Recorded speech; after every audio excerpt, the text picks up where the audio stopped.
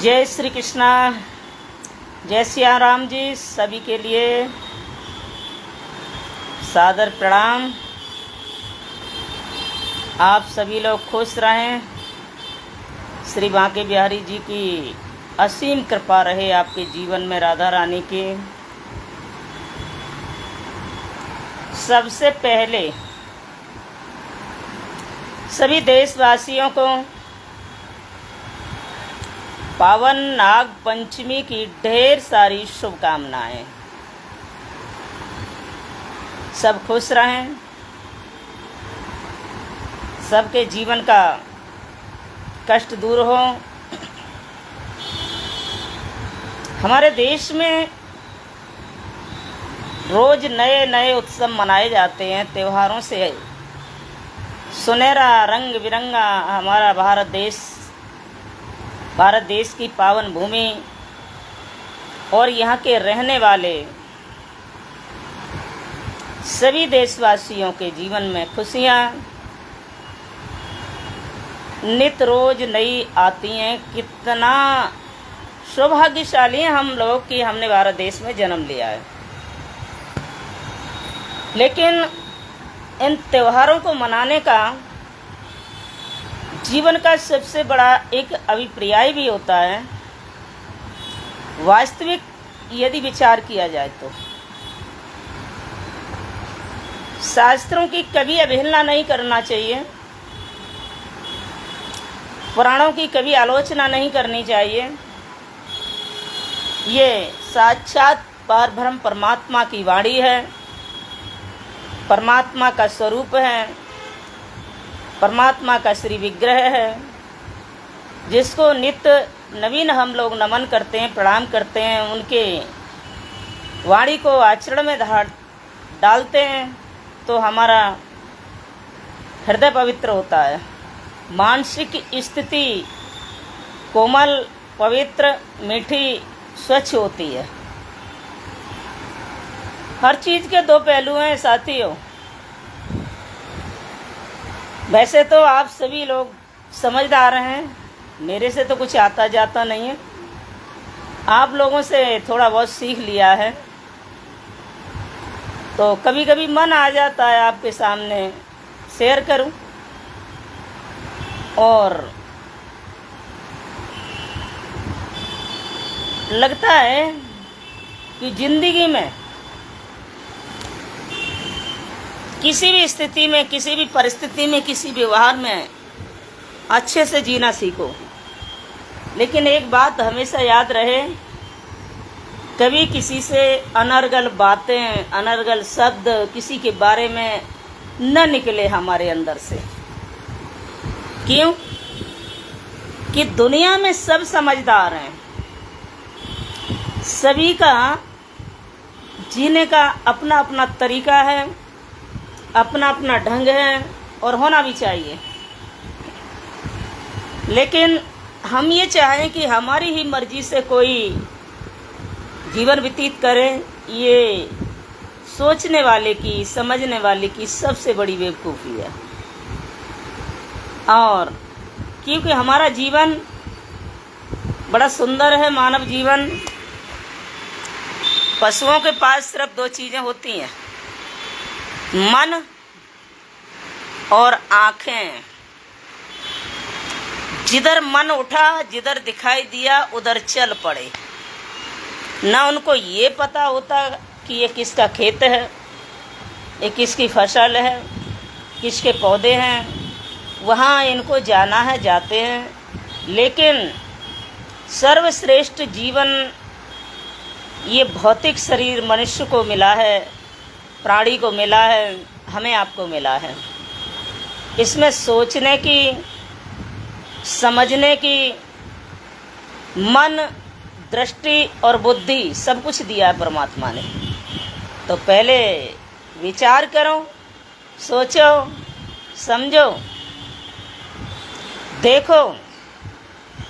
दो आँखें इसलिए दी हैं कि हम अच्छा बुरा दोनों प्रकार का दें। ये शायद बड़े गॉड गिफ्ट हैं परमात्मा की तरफ से, प्रभु ने दिए हैं हमें, आपको।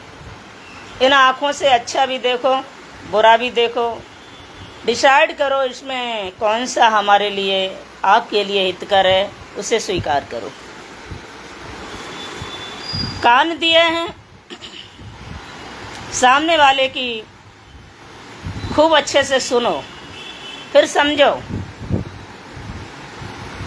फिर अपने जीवन में, आचरण में, व्यवहार में लाइए। दो नासिका हैं, दुर्गंधी सुगंधी समझने के लिए, महसूस करने के लिए, लेकिन मुख एक दिया है। एक मुंह जिसके दो काम हैं, बोलना भी है और खाना भी है। अधिक सुनो, अधिक देखो, अधिक महसूस करो, बोलो कम। कभी कभी लोग ऐसा कुछ कह जाते हैं बिना सोचे समझे कि सामने वाले खूब अच्छी तरह से समझ लेते हैं। और आजकल यही चल रहा है हमारे देश के अंदर अधिकतर। एक विशेष जिम्मेदार व्यक्ति की ये जिम्मेदारी होती है जिस पर लोग विश्वास करते हैं, आस्था जुड़ी होती है, समाज जुड़ा होता है, हजारों की संख्या में, लाखों की संख्या में। तो वहाँ तो विशेष जिम्मेदारी बन जाती है कि हमें क्या कहना है, क्या नहीं कहना है। अरे हमें जो अच्छा लग रहा है वो नहीं कहना है, हमारे अपनों को क्या अच्छा लग रहा है वो कहना है ना।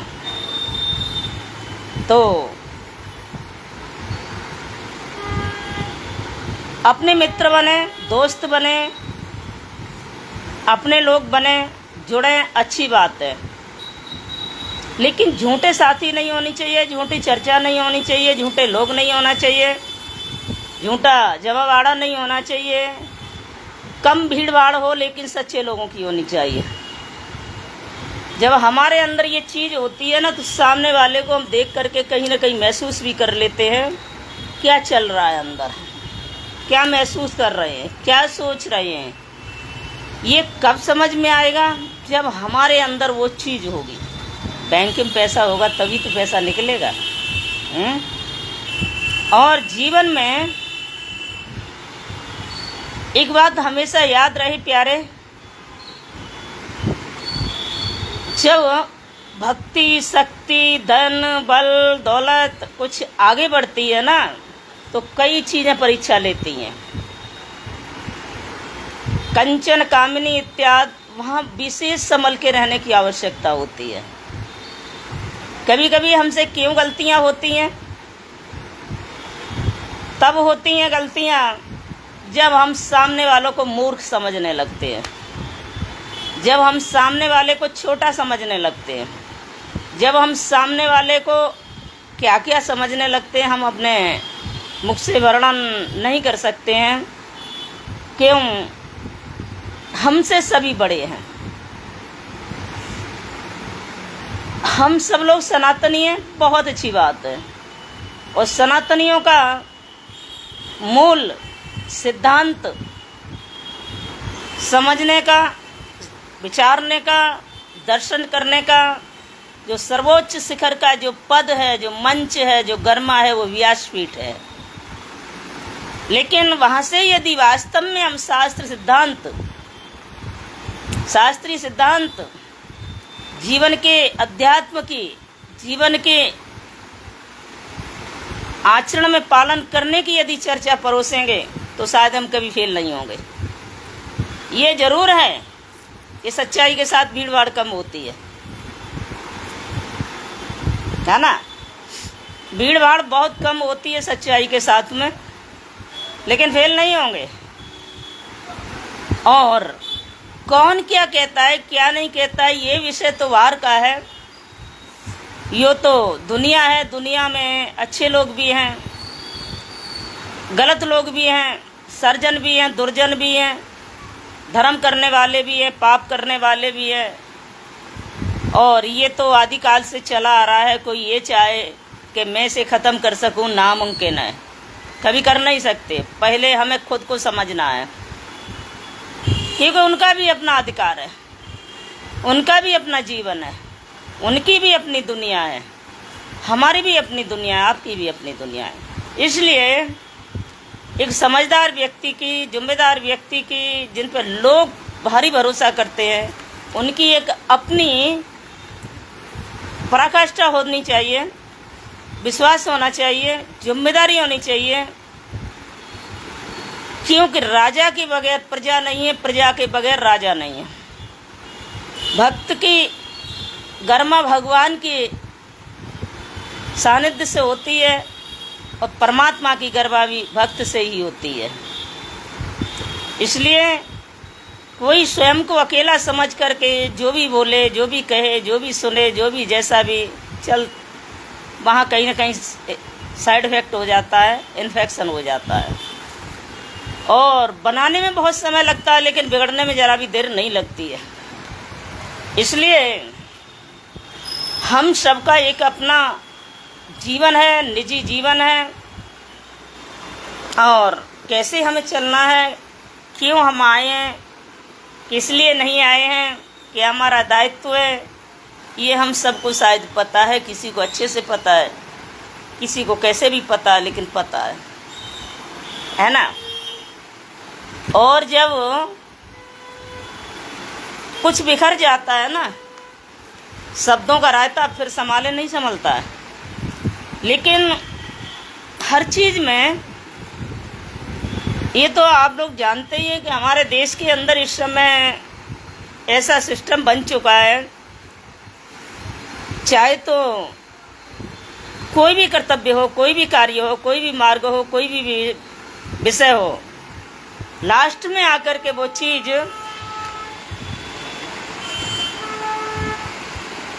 राजनीति मोड़ ले लेती है। राजनीति अपनी जगह है, लेकिन बढ़िया है, वो भी एक सिस्टम है, एक व्यवस्था है हमारे देश की। उसके बगैर हमारा देश नहीं संभलेगा, न चलेगा। और बहुत ज़रूरी है समाज को, देश को व्यवस्थित करने के लिए ये सारी चीज़ें होती हैं। फिर वही बात आती है कि धर्म मंच, राजनीति का मंच, कर्म मंच जो भी हैं, जब अपने अपने गरिमा से ये विमुख होने लगते हैं, तब इन पर जनता को बोलने की ज़रूरत पड़ जाती है। और फिर हम अपनी अपनी सफाइयाँ पेश करते हैं, कुछ नहीं होता है। इसलिए जीवन में समझदार आदमी को और जिम्मेदार व्यक्ति को ये विचार करना चाहिए हमेशा बोलने से पहले कि हमें कौन से शब्द, कितने शब्द, कैसे बोलने चाहिए, कैसे नहीं। शायद मुझे नहीं कुछ आता जाता है, ना ही हमारा कोई विषय है, ना ही कोई हमारा अपना लक्ष्य है जीवन का। चल रही है दाल रोटी प्रभु की इच्छा से। जिस कर्तव्य के लिए आए हैं, जितना जाना है, एक ही चीज़ मन में रहती है कि हम तिलक छाप घंटा लगाने से अपने सनातन धर्म को, कर्तव्य को सनातन धर्म में जी करके कर्तव्य पूरे नहीं कर सकते हैं, कभी नहीं कर सकते हैं। जब तक हम ज्ञान को और आप जब तक ज्ञान को, धर्म को अपने जीवन के व्यवहार में, आचरण में नहीं उतारेंगे, तब तक मुझे लगता है शास्त्र पुराण पढ़ने वाला व्यक्ति भी मूर्ख के समान होता है। क्योंकि सबसे पहले मुझे अपने आचरण में उतारने की आवश्यकता है। और हमेशा हर पल यही सोचना चाहिए कि कभी भी हमसे कोई ऐसी गलती न हो जाए ताकि किसी का दिल न दुखे। सब धर्मों में बढ़कर के धर्म यही जाना, और हरगिज कभी किसी के दिल को प्यारे नहीं दुखाना, कभी भी किसी के दिल को नहीं दुखाना। ऐसी सोच अगर होगी ना, तो शायद मुझे लगता है कि गलतियां तो होंगी, क्योंकि हम लोग मनुष्य हैं। पंचभौतिक ये शरीर पुतला है, और हम बुराइयों से परिपूर्ण हैं, भंडार है बुराइयों का जीवन में। ये बच नहीं सकता कि हम गलतियों से दूर रहें। हो जाएंगी कहीं ना कहीं गलतियां, लेकिन कुछ गलतियां ऐसी होती हैं अपने सुख के लिए दूसरे को नीचा दिखाती हैं। ऐसा नहीं होना चाहिए। और इसीलिए तो कहा है कि हमारे गुरुदेव जी कहते थे, कितने भी पढ़ लिख जाओ इसका कोई अर्थ नहीं है हमारे जीवन में। अच्छे संत थे, अब शरीर उनका पूरा हो गया इस दुनिया में, और 1 से 5, 1 से 8 वर्ष के होकर के प्रभु को श्री चरणों में अपने शरीर को पूरा किया। तो हमेशा वो यही समझाते थे कि कितना भी पढ़ लिख जाओ, कितना भी कुछ हो जाए, इसका कोई अर्थ नहीं जब तक जीवन में व्यवहार नहीं, संस्कार नहीं, शालीनता नहीं, विनम्रता नहीं, नमन नहीं, प्रेम नहीं, सभी के प्रति, बड़ों के प्रति आदर नहीं, छोटों के प्रति स्नेह प्रेम नहीं, तब तक वो किसी भी शिक्षा को सपोर्ट नहीं करते थे। और गुरु कृपा से मैं भी यही चाहती हूँ कि जीवन में कभी किसी का अनादर ना होना चाहिए। तो ज्ञान और धर्म की पराकाष्ठा तभी महत्वपूर्ण होती है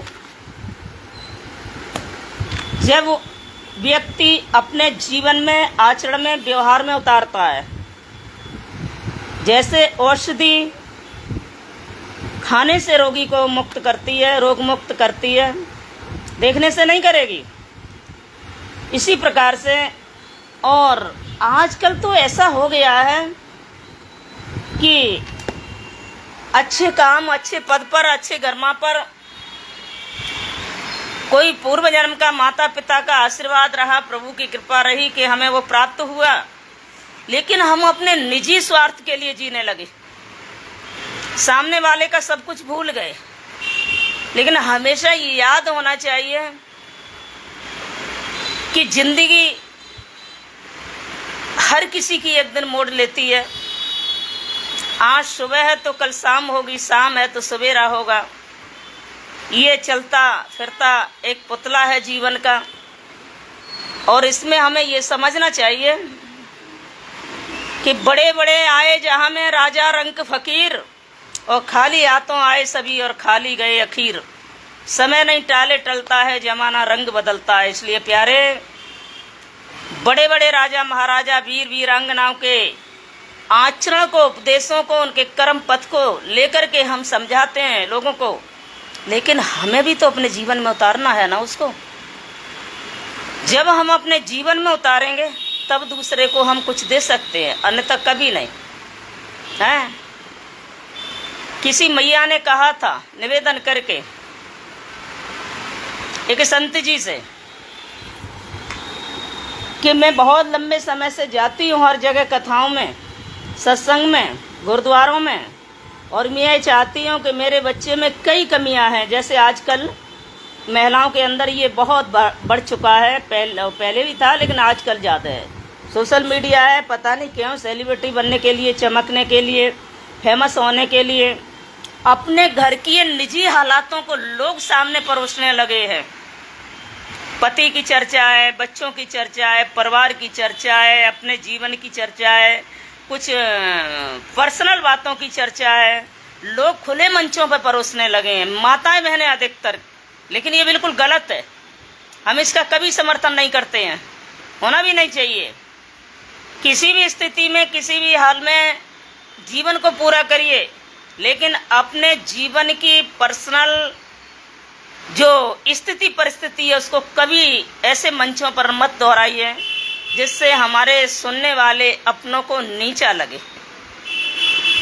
और ये विशेष बात है कि जो जीवन की कोई चर्चा हमारे घर से अपनों की, अपनी पर्सनल बाहर जाती है, बाहर का व्यक्ति बोलने लगता है, तो समझ लीजिए घर का बंटाढार होने वाला है। इसलिए अपने जीवन की चर्चा कभी किसी से शेयर मत करो। सबका सम्मान करो, सबका आदर करो, लेकिन आजकल अगर सामने वाले से इस विषय पर कहा भी जाए ना, तो वो कहते हैं ये हमारे पर्सनल अधिकार हैं, हम कहीं भी शेयर कर सकते हैं। अच्छी बात है, लेकिन उसका रिजल्ट भी गलत निकलता है आगे चल के। अरे तो मेरा कहने का तात्पर्य यही है के नाम तो हम क्या किसी का नहीं ले सकते हैं, लेकिन बस यही कहेंगे, छोटी सी अवस्था में आप सबकी कृपा से काफ़ी अनुभव थोड़ा बहुत किया है कि हमारे जीवन की, घर की, परिवार की, घर गृहस्थी की जो वागडोर है ना, वो 90% माताओं के हाथ में होती है। और जब नारी शक्ति के हाथ में होती है और वही अपने घर की बागडोर की चर्चा बाहर जाकर के शेयर करने लगे, तो वो कभी संभलने वाली नहीं है, कभी भी नहीं। हाँ, ये हो सकता है कि हम कहीं जाकर के कहें, विश्वास कर लें और थोड़ी देर के लिए तसल्ली मिल जाए, तो ये काम वो लोग करते हैं जिनको अपने जीवन के अस्तित्व का पता नहीं है, अध्यात्म शक्ति जागृत नहीं है, ऊर्जा शक्ति जागृत नहीं है, और आज तुम्हारी बात को मान लिया, कल किसी की बात को मान लिया, कल किसी की बात को मान लिया, और इंसान को ही भगवान मान लिया। ये सच्चाई है। 100% इंसान कभी भगवान नहीं हो सकता, ईश्वर नहीं हो सकता, परमात्मा नहीं हो सकता है, चाहे वो कितने भी ऊंचे शिखर पर क्यों ना पहुंच जाए, तब भी नहीं हो सकता है। इसलिए खुद पे विश्वास करो, खुद को समझो, अपने को जानो, अपने को पहचानो, खुद के बीमारी के डॉक्टर स्वयं बनो, खुद के भूत प्रेत बैताल चांडाल जीवन में आते हैं उसके हकीम सुसैन वैद खुद बनो। थोड़ी थोड़ी बात पर कहीं तुम चल पड़ते हो, हमारी माताओं बहनों के लिए हम विशेष करके कहते हैं, और वहाँ कई एक चीज़ें हम खो करके कभी कभी आ जाते हैं, समय भी खोते हैं, पैसा भी खोते हैं, कभी कभी हमारा स्वाभिमान अस्तित्व भी चला जाता है। ये सब अज्ञानता के कारण होता है। इसे हम भोलापन कहें या अज्ञानता कहें या अकड़ बड़प्पन कहें, पागलपन कहेंगे। इसलिए छोटी सी जिंदगी है, बहुत सुंदर देश में हमने जन्म लिया है।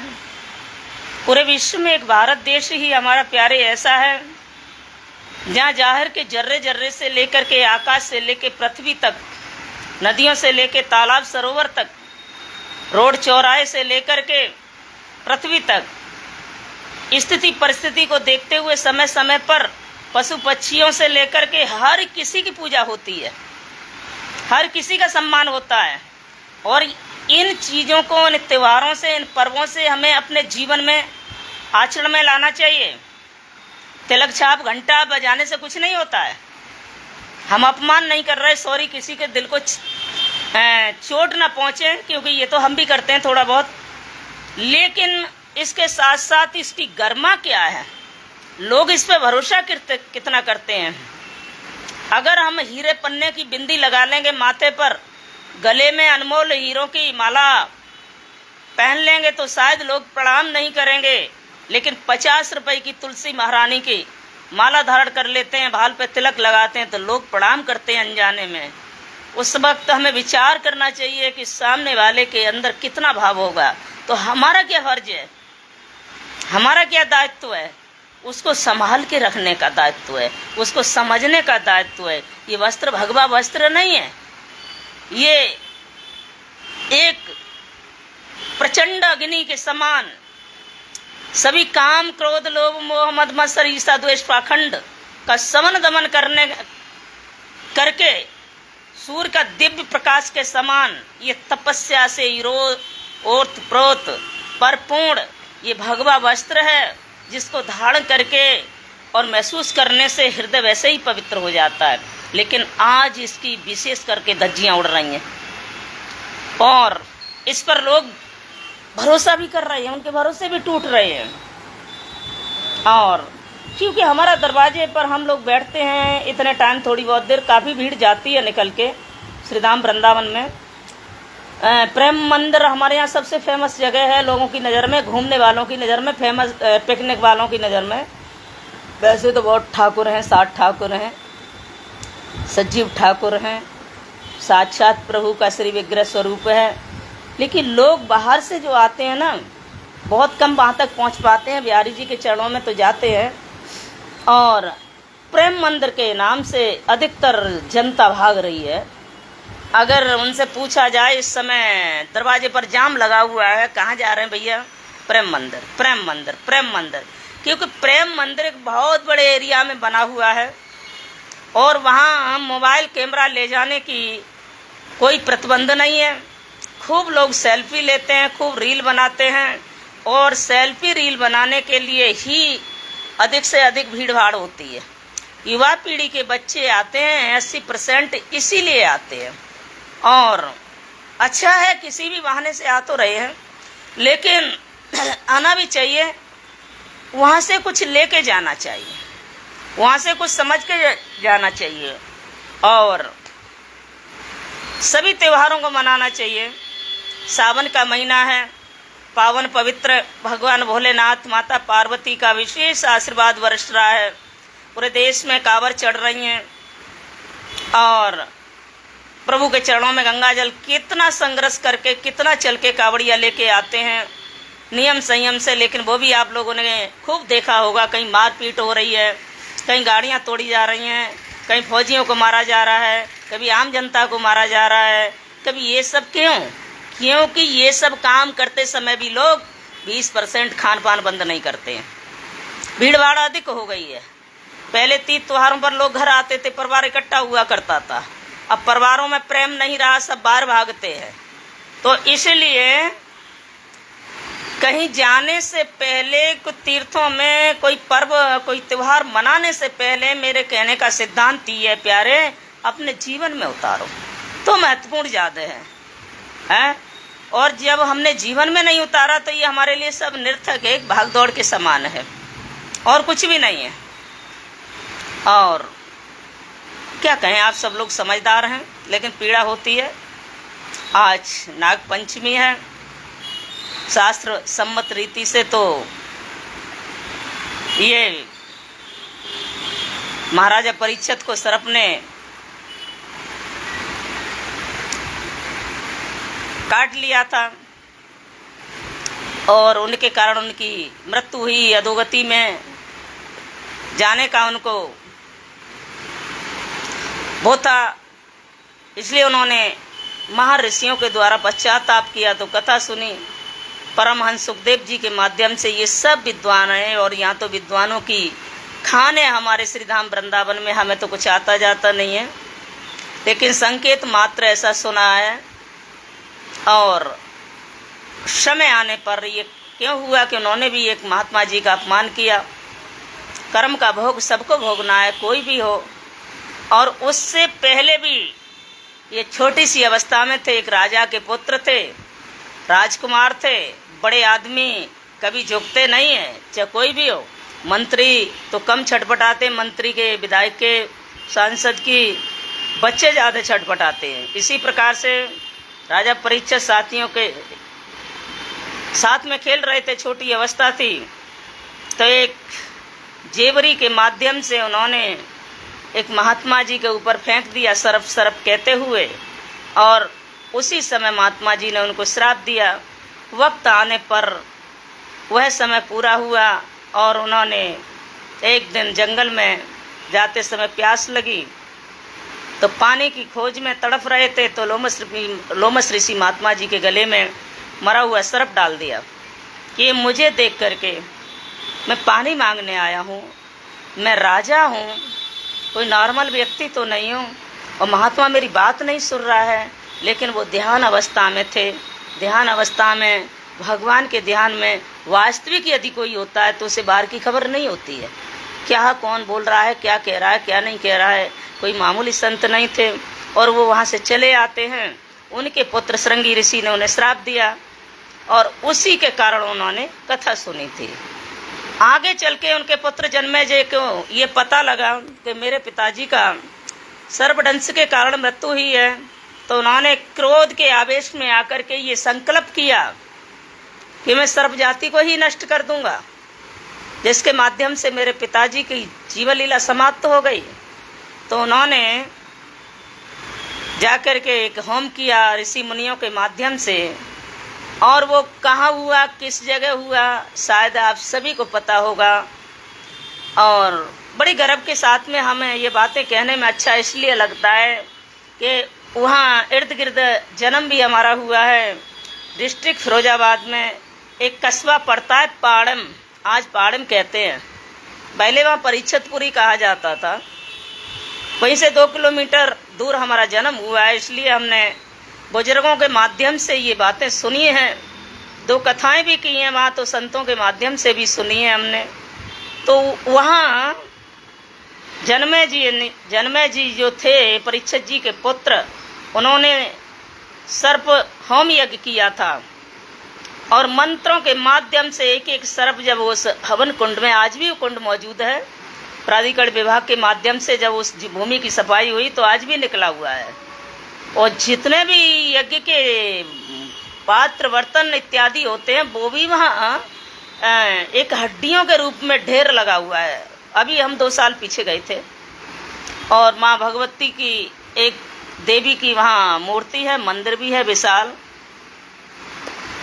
नवरात्रि में चैत्र मास में वहाँ मेला भी लगता है काफ़ी बड़ा। तो मेरे कहने का अर्थ ये है कि वहीं से सभी सर्प समाप्त होने जा रहे थे। अंत में देव राजेंद्र की सहायता से एक सर्प बचा, तो उन्होंने निवेदन किया कि सभी मेरा वंश वृद्धि खत्म हो जाएगी, कृपा करके अब दया कर दो। तो उनके गुरुओं ने और सबके कहने से उन्होंने उनके क्रोध को शांत किया। जन्मे जी जो थे परीक्षित जी के पुत्र, उसी दिन ये वरदान दिया गया था कि वर्ष में एक दिन तुम्हारी पूजा होगी। तो आज वही पावन पवित्र दिन है नाग पंचमी का, जो हम सब पूजन करते हैं, दूध पिलाते हैं। और इसके साथ साथ उज्जैन नगरी में नागचंद्रेश्वर जो मंदिर है वो साल में एक ही दिन खुलता है, 12 बजे से रात्रि 12 बजे तक। इसके साथ साथ इतना लंबा विषय कहने का मेरा अर्थ यह है कि मनुष्य के जीवन में मन रूपी एक एक पल संकल्प विकल्प जो करता रहता है, चंचल मन हमारा, मुझे लगता है कि इस तरफ से भी ज़्यादा विषैला है। और इसी के कारण हम कई 1000 गलतियां कर जाते हैं। इसी के संगति के कारण हम बड़े छोटों का आदर अपमान अन्याय करते रहते हैं। इसी के संगति के कारण हम दूसरे की आलोचना करते हैं, बड़े बड़े मंचों पर बैठ कर के अनर्गल बातें करते हैं, दूसरे का अपमान करते हैं और मानहानि करते हैं। मुझे लगता है कि हमारा मन ही ये सब करवाता है। तो उस चंचल मन जो हमारा है, जिसके हजारों मन रूपी संकल्प हैं, जो विकल्प संकल्प, और आज उस पवित्र दिन को एक ऐसा मन में विचार करना चाहिए कि हम भी कुछ अवगुण को त्यागने की कोशिश करें, ताकि हमारे शब्दों से, हमारे विचारों से किसी का दिल न दुखी हो। और इसी के साथ साथ आप सबको ढेर सारी शुभकामनाएं श्री धाम वृंदावन से, बांके बिहारी जी की तरफ से, राधा रानी भगवान भोलेनाथ जी की तरफ से, माता पार्वती की तरफ से। और आप सब लोग सुखी रहें, खुश रहें, मस्त रहें, अपने अपने काम में व्यस्त रहें। फालतू में ज़्यादा किसी के पास संगति में हम बैठेंगे, बोलेंगे तो हमारा भी मन विकृत होगा। और बरसात का समय चल रहा है, आज सुबह से हमारे यहाँ भी बरसात हो रही है और हम देखते रहते हैं आप सबके यहाँ भी हो रही है। तो ऐसे में अच्छे से रहिए, घर से बाहर निकलिए, सोच समझ के बच्चों को समझाइए ताकि कोई हानि ना पहुँचे। जय श्री कृष्णा, जय श्री राम जी। सादर प्रणाम सभी के लिए।